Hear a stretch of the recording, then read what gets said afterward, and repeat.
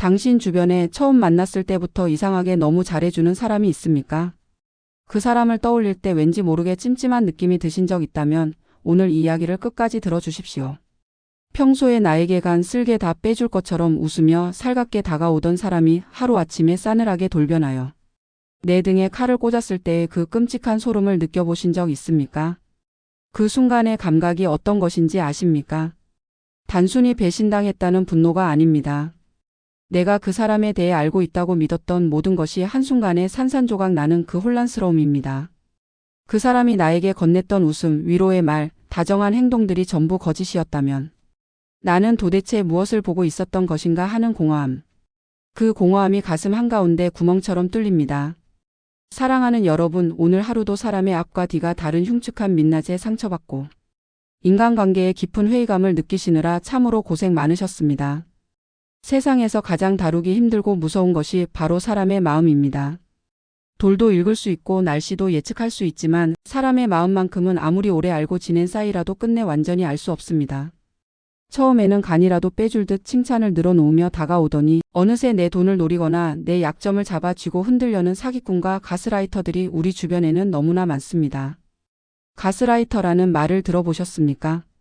상대방의 현실 감각을 조금씩 흔들어 나 자신을 의심하게 만드는 사람들입니다. 그런 일이 있었어요? 당신이 잘못 기억하는 거 아닌가요? 당신이 너무 예민한 거 아닐까요? 이런 말들로 조금씩 아주 조금씩 당신의 판단력을 갉아먹는 사람들. 처음에는 티가 잘 나지 않습니다. 오히려 내가 잘못 생각한 것 같다는 자책이 먼저 옵니다. 그러다 어느 날 문득 내가 스스로를 전혀 믿지 못하게 된 것을 깨닫는 순간이 옵니다. 어떻게 사람이 사람한테 그럴 수 있나라며 억장이 무너지지만 사람을 쉽게 믿고 정을 내어준 대가는 오롯이 내 가슴을 갈기갈기 찢어놓는 깊은 배신감과 지독한 불면증으로 돌아옵니다. 그리고 그 상처는 오래갑니다. 단순히 그 한 사람에 대한 상처가 아니라 사람 전체에 대한 두려움이 생기기 시작합니다. 새로운 사람이 친절하게 다가오면 이 사람도 혹시 저 사람처럼 되는 것은 아닐까 하는 의심이 먼저 찾아옵니다. 관계가 두려워집니다. 웃는 얼굴 뒤에 숨겨진 시커먼 속내를 읽지 못하면 우리는 평생 남들에게 이용만 당하는 가엾은 먹잇감으로 전락하고 맙니다. 하지만 그 속내를 읽는 눈은 타고나는 것이 아닙니다. 배울 수 있습니다. 그리고 그 배움이 오늘 이 자리에서 시작됩니다. 왜 우리는 외로움을 견디지 못해 사람을 찾으면서도 정작 가까워지면 서로에게 치명적인 상처를 입히고 피를 흘리게 되는 것일까요? 이 질문을 한번 진지하게 생각해 보십시오. 당신이 지금까지 가장 깊이 상처받은 사람이 누구입니까? 처음 만난 낯선 사람입니까? 아니면 가장 가까웠던 사람입니까? 대부분의 경우 우리에게 가장 깊은 상처를 남기는 것은 낯선 이방인이 아니라 한때 가장 소중했던 사람입니다. 그것이 왜일까요? 가까워졌기 때문입니다. 거리가 좁혀졌기 때문입니다. 그 거리가 좁혀지는 과정에서 우리는 서로의 날카로운 가시를 직접 맞닿게 됩니다. 인간의 어둡고 이기적인 본성을 꿰뚫어본 철학자 쇼펜하우어는 아주 잔인하지만 명쾌한 비유를 들려줍니다. 인간은 추운 겨울날의 고슴도치와 같다. 추위를 피하려 서로에게 다가가지만 이내 서로의 날카로운 가시에 찔려 화들짝 놀라며 떨어지기를 반복한다. 이 비유가 얼마나 정확한지 잠깐 생각해 보십시오. 고슴도치들은 아기가 없습니다. 상대를 찌르고 싶어서 다가가는 것이 아닙니다. 그냥 춥기 때문에 다가갑니다. 온기가 필요하기 때문에 다가갑니다. 그런데 가까이 갔더니 찔립니다. 상대방도 찌르려고 한 것이 아닙니다. 그냥 가시가 거기 있었을 뿐입니다. 이것이 인간관계의 본질입니다. 이 고슴도치 딜레마는 인간관계의 본질을 완벽하게 설명합니다. 사람들은 나의 외로움을 달래기 위해 혹은 나의 경제적 이익과 필요를 채우기 위해 당신에게 다가옵니다. 순수한 동기로 다가오는 경우도 있지만 자신의 필요를 채우기 위한 동기도 섞여 있습니다. 그것이 나쁜 것이 아닙니다. 그것이 인간입니다. 모든 인간은 어느 정도 자신의 필요를 채우기 위해 관계를 맺습니다. 하지만 거리가 너무 좁혀져 서로의 욕망이 충돌하는 순간 인간은 뼛속 깊이 내재된 이기심이라는 뾰족한 가시를 세워 가차없이 당신을 찌릅니다. 그들이 악마여서가 아니라 살기 위해 남을 찔러야만 하는 인간이라는 동물의 슬픈 본능일 뿐입니다. 이것을 이해하면 이상한 일이 생깁니다. 분노가 조금 가라앉습니다. 어떻게 나한테 이럴 수 있어라는 분노가 인간이란 원래 이런 동물이구나라는 쓸쓸하지만 덜 고통스러운 이해로 바뀝니다. 그 이해가 당신을 냉소주의자로 만드는 것이 아닙니다. 오히려 그 이해가 당신을 보호합니다. 인간의 본성을 있는 그대로 알고 있는 사람은 그 본성이 드러났을 때 덜 무너집니다. 준비된 사람은 충격을 덜 받습니다. 오늘 이 이야기가 당신에게 그 준비를 해드리려는 것입니다. 이유 없이 나에게 지나친 친절을 베풀며 내 입맛에 딱 맞는 달콤한 말만 골라 하는 사람의 그 징그러운 가면 속 진짜 목적이 무엇인지 꿰뚫어 보실 수 있습니까? 한번 떠올려 보십시오. 처음 만난 사람인데 이상하게 처음부터 당신에게 아주 특별하게 대합니다. 당신의 말 한마디 한마디를 소중하게 받아 적기라도 하는 것처럼 경청하고 당신이 힘들었던 이야기를 하면 세상에 정말 대단하세요. 어떻게 그걸 혼자 다 견뎌오셨어요? 라며 눈물을 글썽입니다. 당신이 좋아한다는 음식을 다음에 만날 때 챙겨오고 당신의 생일을 어디서 알았는지 먼저 축하 메시지를 보냅니다. 처음에는 기분이 좋습니다. 이런 사람이 내 주변에 생겼다는 것이 반갑습니다. 하지만 어딘가 이상하게 과한 느낌이 드는 그 감각 혹시 느껴보신 적 있으십니까? 다크 심리학에서는 타인을 조종하려는 이기적인 사람들의 가장 흔한 무기가 바로 초반에 과도한 호의러브 바밍라고 경고합니다. 러브 바밍은 원래 연인 관계에서 주로 쓰이던 용어였습니다. 상대방에게 초반에 압도적인 관심과 애정을 퍼부어 정신적으로 의존하게 만든 후 그 관심을 갑자기 끊거나 조건을 내거는 방식입니다. 그런데 이것이 연인 관계에만 국한된 것이 아닙니다. 우정 관계에서도 사업 관계에서도 심지어 종교적 관계에서도 똑같은 방식이 쓰입니다. 그들은 선량하고 정 많은 사람들의 외로움을 귀신같이 냄새 맡고 다가와 세상에서 가장 이해심 많은 천사인 척 연기합니다. 외로운 사람이 가장 듣고 싶은 말, 가장 필요로 하는 관심, 가장 원하는 인정을 정확히 제공합니다.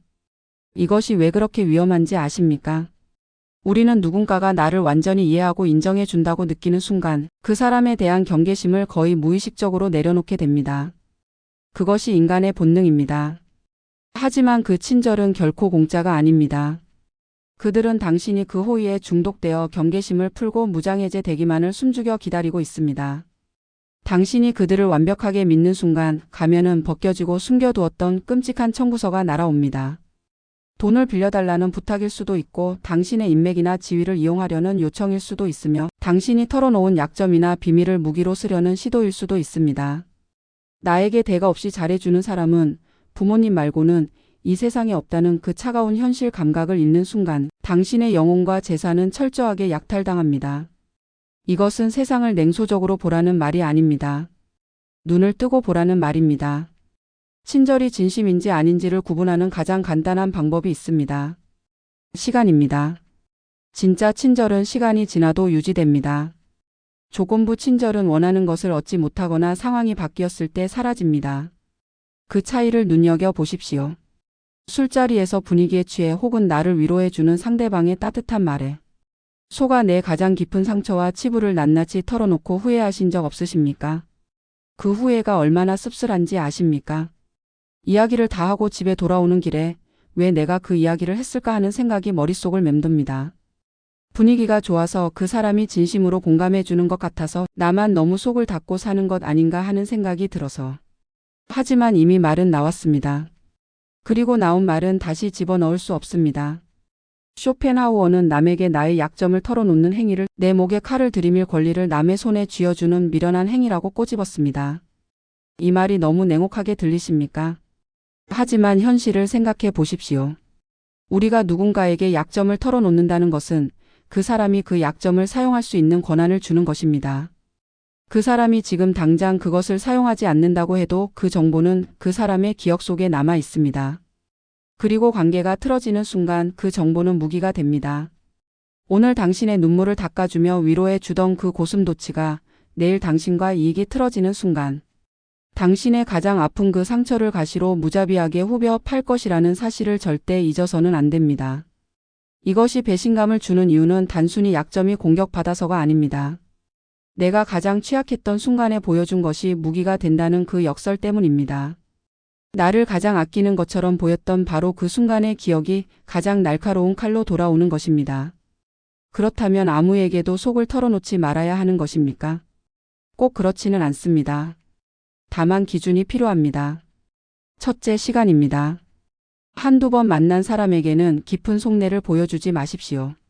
적어도 수년간 다양한 상황에서 그 사람을 지켜보고 나서도 늦지 않습니다. 둘째, 상황입니다. 술자리나 감정적으로 고조된 상황에서 나오는 말은 대부분 다음날 후회하게 됩니다. 감정이 안정된 상태에서 내가 충분히 생각하고 선택한 이야기만 꺼내십시오. 셋째, 균형입니다. 상대방도 자신의 약점을 보여주고 있습니까? 나만 일방적으로 털어놓고 있지는 않습니까? 정보의 불균형이 생기면 그 관계의 균형도 무너집니다. 진정한 어른의 지혜란 내 속을 모두 까디집어 보여주는 얄팍한 솔직함이 아니라 내 마음의 가장 깊은 방에는 아무도 들이지 않는 굳건한 보안 유지에 있습니다.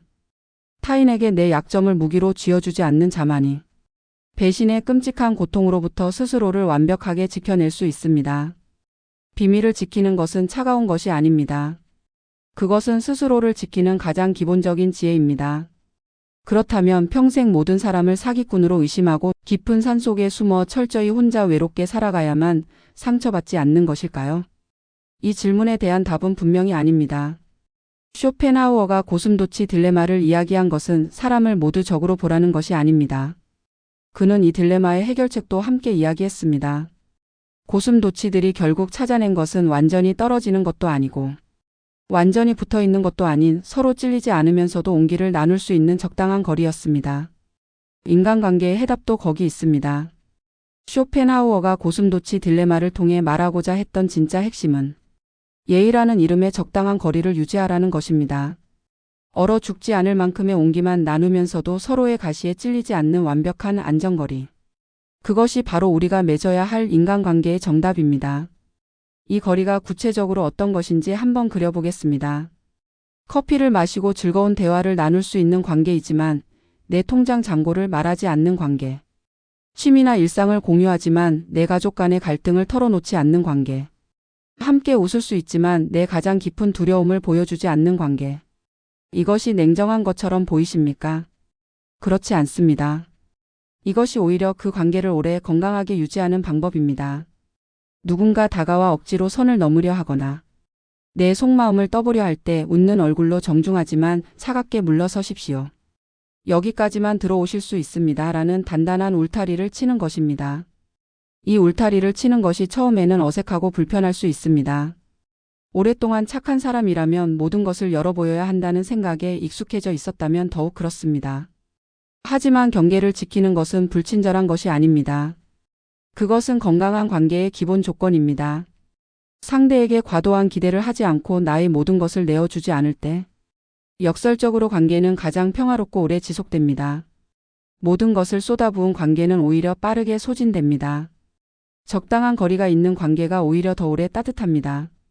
예의와 거리는 인간이라는 야수들 틈에서 나를 지키는 가장 세련된 방패입니다.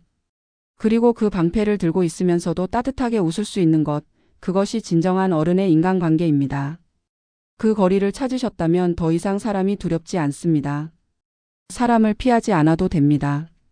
그냥 적당한 거리에서 찔리지 않을 만큼의 온기를 나누면 됩니다. 오늘 밤 당신의 삶에 억지로 침입하여 상처를 헤집어 놓고 떠난 그 수많은 가짜 미소들에 대한 두려움과 인간 혐오를 시원하게 떨쳐내시지 않겠습니까? 오늘 이 이야기를 들으면서 지나온 관계들이 떠오르셨습니까? 그때 왜 그 낌새를 눈치채지 못했을까 하는 자책이 드셨습니까? 하지만 그 자책은 내려놓으십시오. 당신이 그때 몰랐던 것은 당신이 어리석어서가 아닙니다. 아직 배우지 못했기 때문입니다. 그리고 오늘 당신은 그것을 배웠습니다. 그 배움이 앞으로의 당신을 지켜줄 것입니다. 사랑하는 여러분, 오늘 하루도 속을 알 수 없는 캄캄한 사람들의 마음속에서 길을 잃지 않으려 정말 뼈 빠지게 수고 많으셨습니다. 당신이 사람에게 속고 상처받은 것은 당신이 어리석어서가 아니라 당신의 마음이 그만큼 순수하고 맑았기 때문입니다. 먼저 진심을 주고 먼저 신뢰하고 먼저 따뜻하게 대하는 그 방식이 잘못된 것이 아닙니다. 그 방식이 당신을 당신답게 만드는 것입니다. 다만 이제는 그 따뜻함에 지혜가 더해질 것입니다. 마음은 열되 약점은 지키는 것. 온기는 나누되 거리는 유지하는 것. 그것이 상처받은 당신이 앞으로 살아갈 방식입니다. 이제 당신은 웃는 가면 뒤에 시커먼 칼날을 꿰뚫어 보는 다크. 심리학의 지혜와 고슴도치의 가시를 피하는 적당한 거리를 깨우쳤습니다. 과도하게 친절한 사람이 다가올 때 너무 빨리 마음의 문을 열지 않는 것. 아무리 분위기가 좋아도 내 가장 깊은 약점은 꺼내놓지 않는 것. 그리고 시간이 지나면서 그 사람의 친절이 조건부인지 무조건부인지를 천천히 살펴보는 것. 이 세 가지만 기억하셔도 당신의 남은 인생은 훨씬 덜 다칩니다. 더 이상 다가오는 사람을 무조건 두려워할 필요도 떠나가는 사람에게 매달려 상처받을 필요도 없습니다. 다가오는 사람은 적당한 거리에서 천천히 지켜보면 됩니다. 떠나가는 사람은 그 사람의 가시가 당신에게 닿기 전에 적당한 거리를 유지하고 있었다는 뜻이니 오히려 잘된 일입니다. 어떤 경우에도 당신이 너무 깊이 다치지 않아도 됩니다. 오늘 밤은 당신을 찌르던 세상 모든 가시 돋친 인연들을 이불 밖에 털어버리고 가장 안전하고 단단한 마음으로 달콤한 단잠에 빠지시기를 진심으로 기도합니다. 오늘 이 이야기를 끝까지 들어주신 여러분께 깊이 감사드립니다. 당신은 오늘 스스로를 지키는 법을 한 가지 더 배우셨습니다. 그리고 그 배움은 아무도 빼앗아갈 수 없습니다. 상처받았던 과거가 오늘의 당신을 더 단단하게 만든 것처럼 오늘의 이 배움이 앞으로의 당신을 더 지혜롭게 만들어줄 것입니다. 저희 채널 인생의 마지막 수업은 오늘 이 이야기처럼 살아오며 미처 듣지 못했던 말들을 전하는 곳입니다. 지금이라서 비로소 이해되는 인생의 문장들, 누군가 진작 말해줬더라면 덜 아팠을 그 말들을 이 채널에서 조용히 전해드리고 싶습니다. 조용한 위로가 필요할 때, 혼자 있는 밤에 마음을 어딘가에 내려놓고 싶을 때 이 채널이 그 곁에 있겠습니다. 인생의 마지막 수업은 끝을 이야기하는 곳이 아닙니다. 지금 이 순간의 삶을 조금 더 따뜻하게, 조금 더 나답게, 조금 더 단단하게 살아가기 위한 수업을 함께 이어가는 곳입니다. 웃는 가면에 속지 않으면서도 따뜻함을 잃지 않는 법, 그것을 함께 배워가는 곳입니다. 당신이 오늘 밤 조금 더 단단하고 평안한 마음으로 눈을 감을 수 있기를 이 목소리가 진심으로 바랍니다. 수고 많으셨습니다. 편안한 밤 되시기 바랍니다.